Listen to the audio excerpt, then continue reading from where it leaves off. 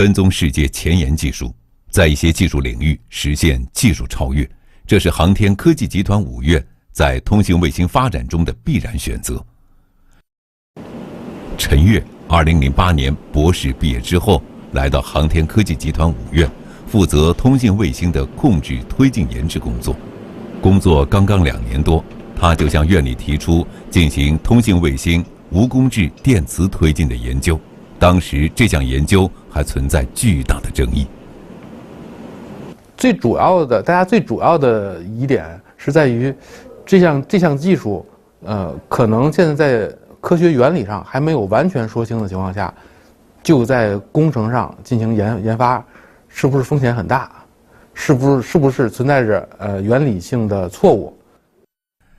在太空中的通信卫星需要调整姿态和轨道维持，所以卫星都会携带大量的推进剂。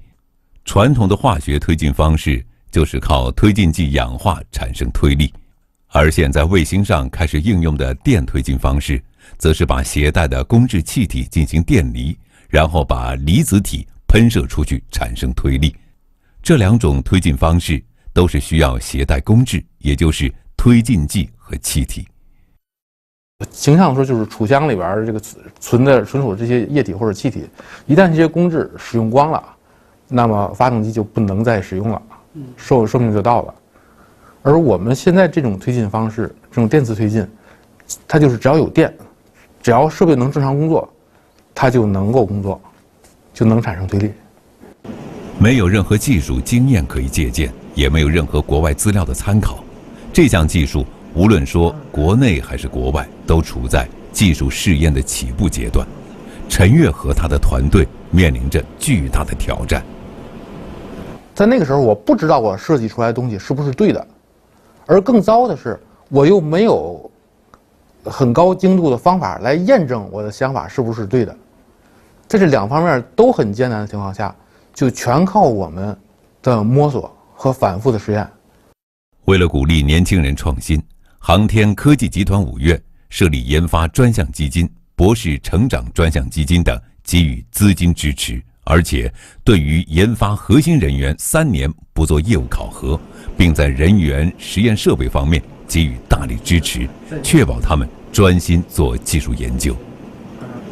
通过我们的医院科技委的自主研发基金，我们所内的自主研发的基金去支持我们，让我们能够心无旁骛的，不用去担心条件保障的这种情况下，能够心无旁骛一心去做这个事儿。可以说就是这样一种孵化，如果没有当初这种孵化条件，我们就不会有现在的这个进展。记者采访中了解到，目前代表着我国通信卫星达到国际领先水平的东方红5号卫星平台多项关键技术取得重大突破，有待在轨验证。东方红5号平台整芯功率达到3万瓦，有效载荷超过2000公斤，携带的转发器路数达到120路，一些技术指标超过发达国家水平。寿命更长，能够提供的这个转发器路数更多，整芯功率更大，这就是典型的一些通信卫星指标都能够达到国际领先的水平。而且我们的东方红5号卫星平台上面的绝大部分产品能够实现我们真正意义上的国产化，就是自主可控，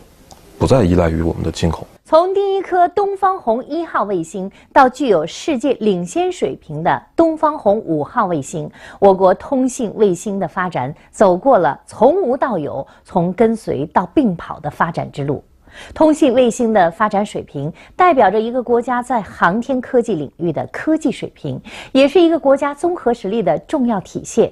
尽管我们在发展通信卫星的道路上经历过失败挫折，但是我们用短短几十年的时间，终于走在了国际通信卫星的前列。这是广大航天科技工作者的默默无私奉献的结果，也是老一辈航天人精神的延续。